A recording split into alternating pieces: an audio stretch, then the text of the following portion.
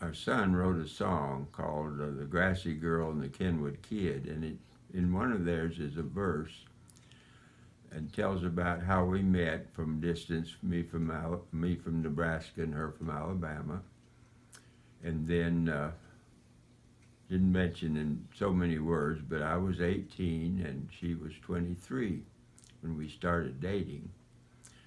And so one part of the song that I like so well, because it tells it like it was really, it said, he went to church and said a prayer, and the grassy girl said, Lord, I'll take it from there. And she was so beautiful and so special, and that I never would have had any nerve to try to date her, so I didn't think about her as being a possible girlfriend or anything. But she took the initiative in being friendly, and her sister kind of took a part in it, and she set up a skit for us to do at Training Union, a family skit about near Christmas time, and asked me to play the part of the husband and Maxine to be the wife.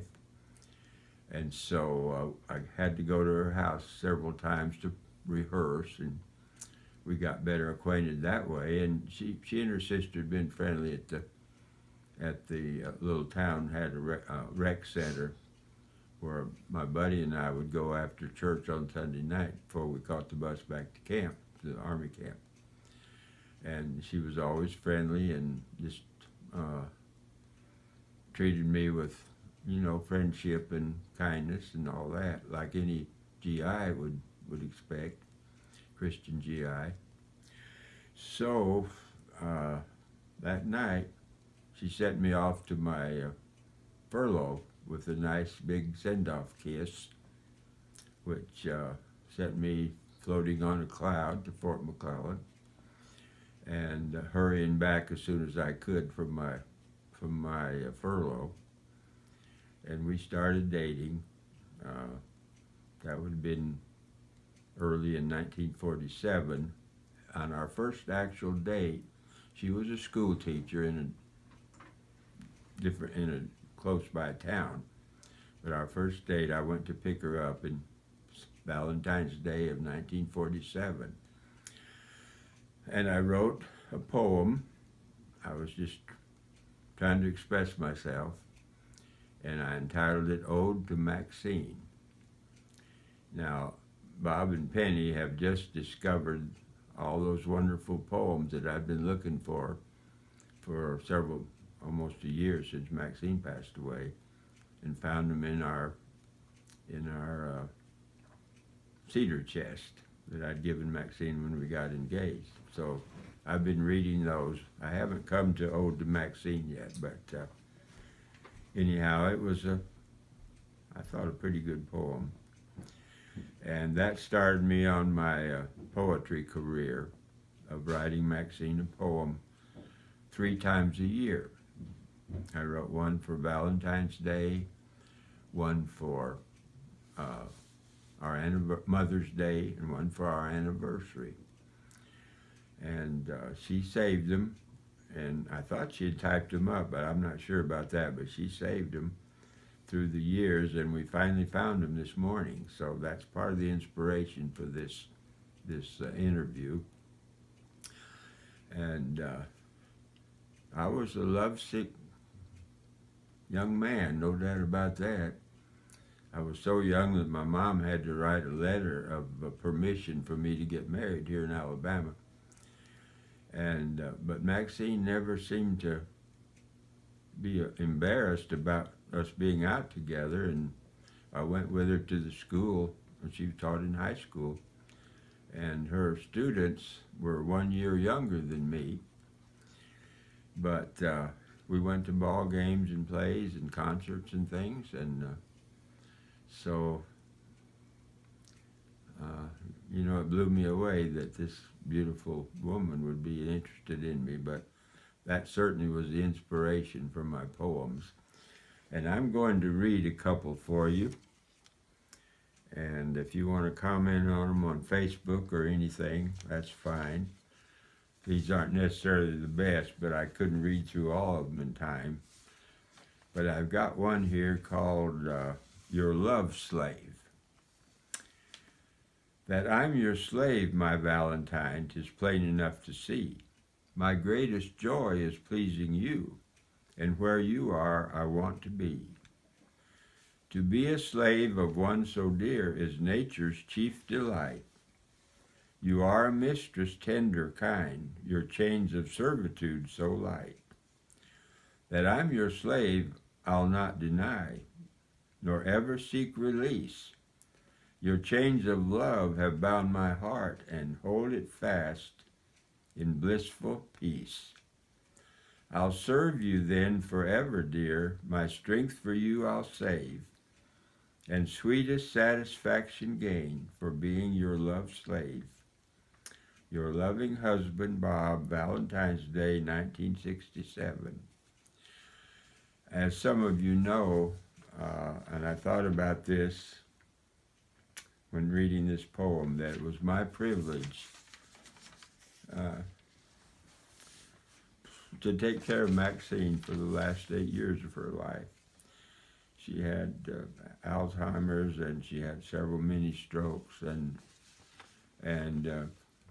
but we were able to keep her at home, and I was able to be her main caregiver. The kids were good help when they could come, but day by day I had the privilege of taking care of her in every way, cooking, cleaning, bathing, washing the clothes, and all those good things. And it was such a special privilege to me to be able to do that. So I thought a little bit about that, and I tried to be her love slave, all through the years for that matter, but that was an special opportunity. I'm going to read you one more poem. This is more from the classic genre, I guess you'd say, and it's entitled Beauty Rare. If I'll hesitate here, I'm reading from handwritten from years ago, and I only have one eye left, and it's not real good at times, so I'll do my best here. Expression of thy beauty rare, I've sought in works of masters old, in songs of ancient troubadours, in verse that queenly beauty holds. I've sought in vain in earthly store, could earthly mind thy beauty tell? In earthly verse or mortal song, the Lord who made thee only does it well.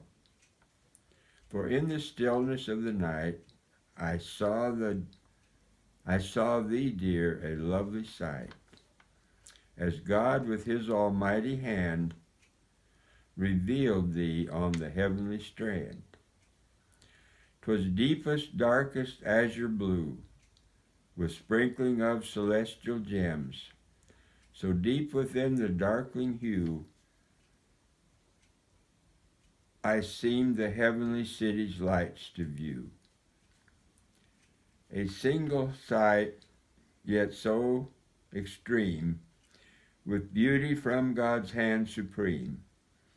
I knew that when he made you, dear, he fulfilled every heavenly dream.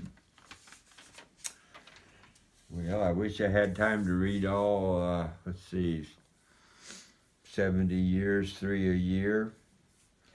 But I'll have to say that I got where my mind is not too good in my memory, and I still have those sweet thoughts, but I can't seem to put them together in writing them down. So I haven't written any poems probably in the last 5 or 6 years, even though, all those thoughts and wonderful memories come back to me.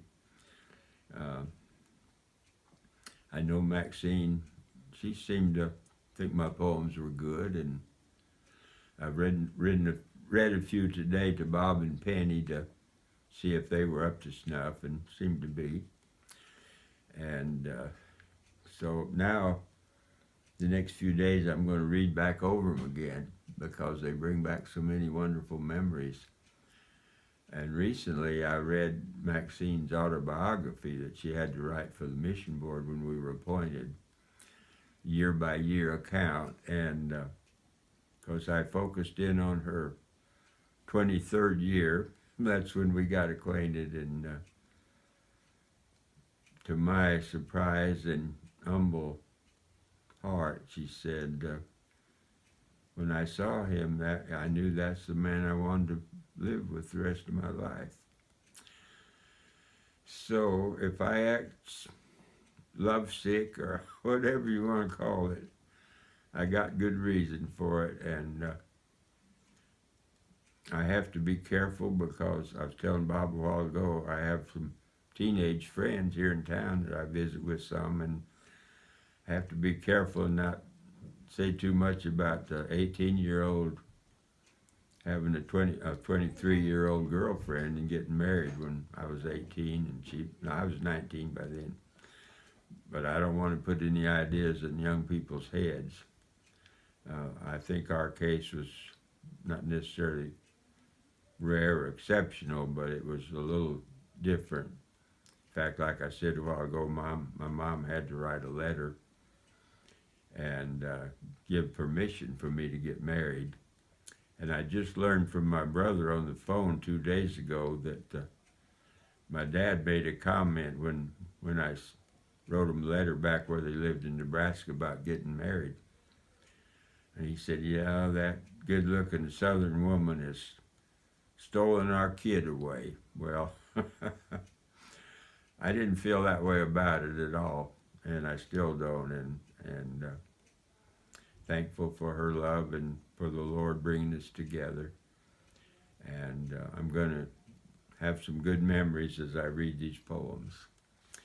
Now, if this interview inspires anybody or makes you wonder about me and Aunt Maxine, don't, just take it for what it is, a true story and a wonderful miracle to me and the joy of my life. And maybe it's why I sometimes acted a little mushy, because the Thai pastors, I have to brag on this, at a meeting we had one time, they voted that we were the most loving couple in the mission. And there's a lot of you would disagree with that, and I would understand and think that you should, because you know your own experience. But thank the Lord for what he did for us. Amen.